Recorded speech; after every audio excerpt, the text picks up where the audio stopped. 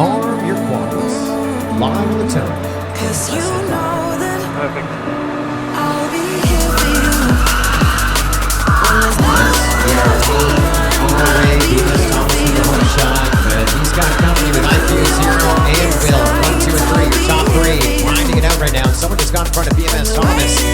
Yes, indeed. IQ Zero up in the number 1 spot. As we are looking to push it at least 3 rounds or more, making this one interesting. IQ Zero is 0.3 of a second ahead of Bemis Thomas, and Wilf is within a second of them. As they're 1, 2, 3 on to lap number 2 with 2 to go. And issues for IQ Zero, but he's going to be able to get back up. And we are calling Bemis Thomas now up in the number 1 spot. And Wilf is only about 20 meters behind him. IQ Zero trying to reel him in.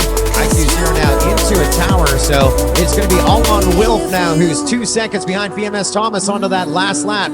Bemis Thomas still leading the game here on lap number 3, and Wilf, the young gun, going to try and shut her down right now. Through the tent we go with Bemis Thomas.